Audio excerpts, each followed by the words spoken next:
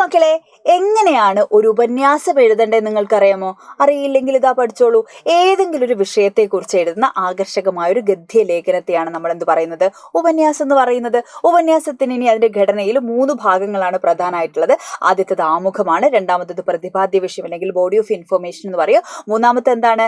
നിഗമനം അല്ലെങ്കിൽ നമ്മുടെ ഉപസംഹാരം എന്ന് പറയുന്നത്. അപ്പൊ ആമുഖമാണ് ഏറ്റവും പ്രധാനപ്പെട്ടത്. എന്താണ് നമ്മുടെ വിഷയം എന്നുള്ളത് നമ്മൾ പരിചയപ്പെടുത്തി കൊടുക്കുകയാണ്. ഇനി അതിന് പാഠഭാഗവുമായിട്ട് ബന്ധമുണ്ടെങ്കിൽ അതും എന്ത് ചെയ്യണം? നമ്മൾ ആമുഖത്തിൽ നമ്മൾ എഴുതേണ്ടതുണ്ട്. വിഷയ കേന്ദ്രിതമായിരിക്കണം, ലളിതമായിട്ടുള്ള ഭാഷയിലാണ് നമ്മൾ എഴുതേണ്ടത്. പിന്നെ പ്രതിപാദ്യ വിഷയം അല്ലെങ്കിൽ ബോഡി ഓഫ് ഇൻഫർമേഷൻ എന്ന് പറയുന്നത് എന്താണ്? നമ്മൾക്ക് കിട്ടിയിരിക്കുന്ന ടോപ്പിക് വളരെ വിശദമായ രീതിയിൽ പാരഗ്രാഫ് ഖണ്ഡികകൾ തിരിച്ച് നമ്മൾ എഴുതേണ്ട എവിടെയാണ്?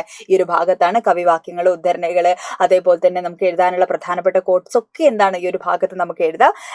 ഖണ്ഡികകൾ തിരിച്ച് എഴുതാൻ നമ്മൾ മറന്നു പോകരുത്. പാരഗ്രാഫ് തിരിച്ചിട്ട് വിഷയത്തെ പല വിഷയങ്ങളായിട്ട് ഉപവിഷയങ്ങളായിട്ട് നമ്മൾ ഇവിടെ എഴുതാൻ ശ്രദ്ധിക്കണം. മൂന്നാമത്തെ ഏറ്റവും പ്രധാനപ്പെട്ടതാണ് ഉപസംഹാരമാണ്. നമ്മളുടെ അഭിപ്രായങ്ങൾ, നിരീക്ഷണങ്ങൾ എല്ലാം നമ്മൾ അവസാനത്തെ ഖണ്ഡിക കൂടെയാണ് ഉപസംഹാരം എന്ന് പറയുന്നത്. ഇതൊക്കെ ഈ ഒരു ഭാഗത്താണ് എഴുതേണ്ടത്.